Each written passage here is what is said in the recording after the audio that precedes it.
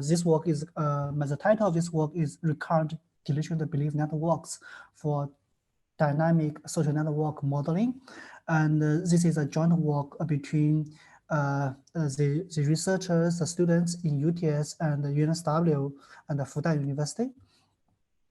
And first, the motivation is like in this work, we want to combine the extend a deep probabilistic framework, Dirichlet belief network, into the dynamic setting, and then propose a dynamic model. And this recurrent DBN model, they have the following merits. First, it can infer the interpretable hierarchical latent distributions for objects. Second, it can enable a recurrent long-term temporal dependence between the previous events and the current events. And the third is like the computational cost for this model scales to the number of positive links only. And the first, the background information of the Dirichlet belief networks is as follows.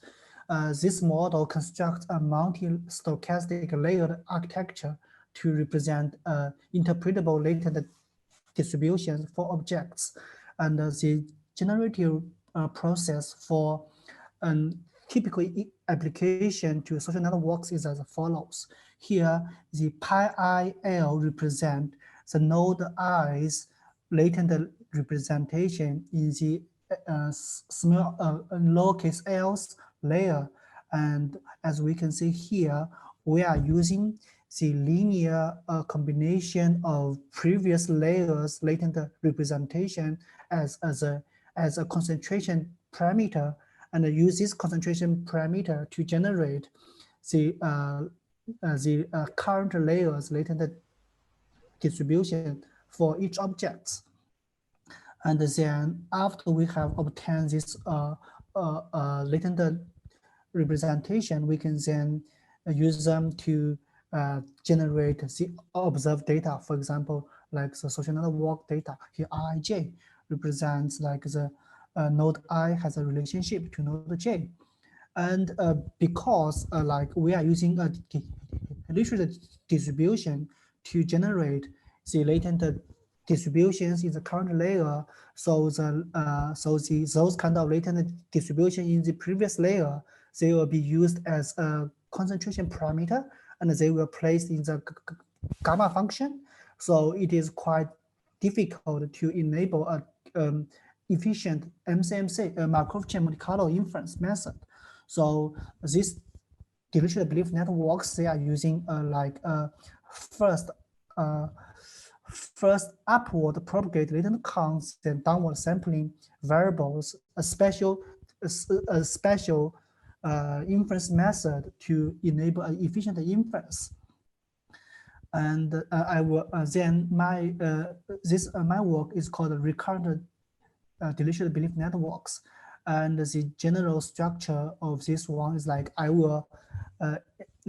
we can pay special attention to the step 2.1. Is like we will in the current step and the current layer we will combine the latent distributions from the previous time and also the previous layer combined together to generate the current latent distributions. In this way, I can use both the previous time's information and the previous layer's information. And this is a graphical model. For example, for here, for pi 2 and 2, I will use the information from the time ones and also the information from the layer ones and combine together. And then I can apply this to a dynamic relational modeling. Is like this dynamic relational modeling setting is the same as the previous relational modeling application.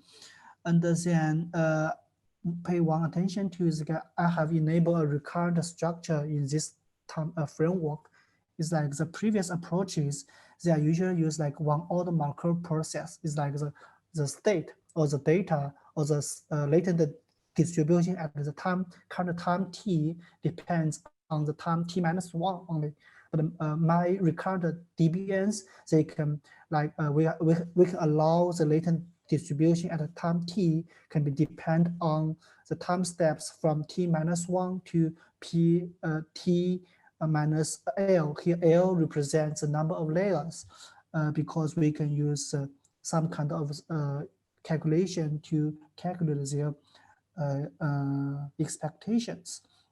So this recurrent structure can allow us to summarize and abstract random variables and capture both the hierarchical structure and the recurrent dynamic dependence.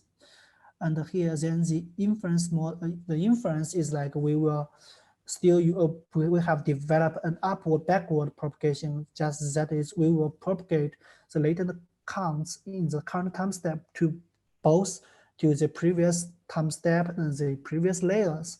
Then we will do a forward downward sampling. And this is some experimental results. Here AUC represents some link prediction score, and the higher the better.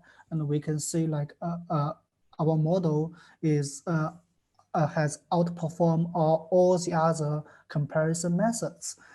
And yeah. Excuse me, Xuhui, time is almost up. Please be more efficient. Yeah, this is the last figure. It's like this is a visualization, and I have visualized a set of nodes representation, and each row represents the layer-wise latent representation. This is a time step. We can see like these patterns are generally gradually to change over the time. And yeah, that's all. Thank you.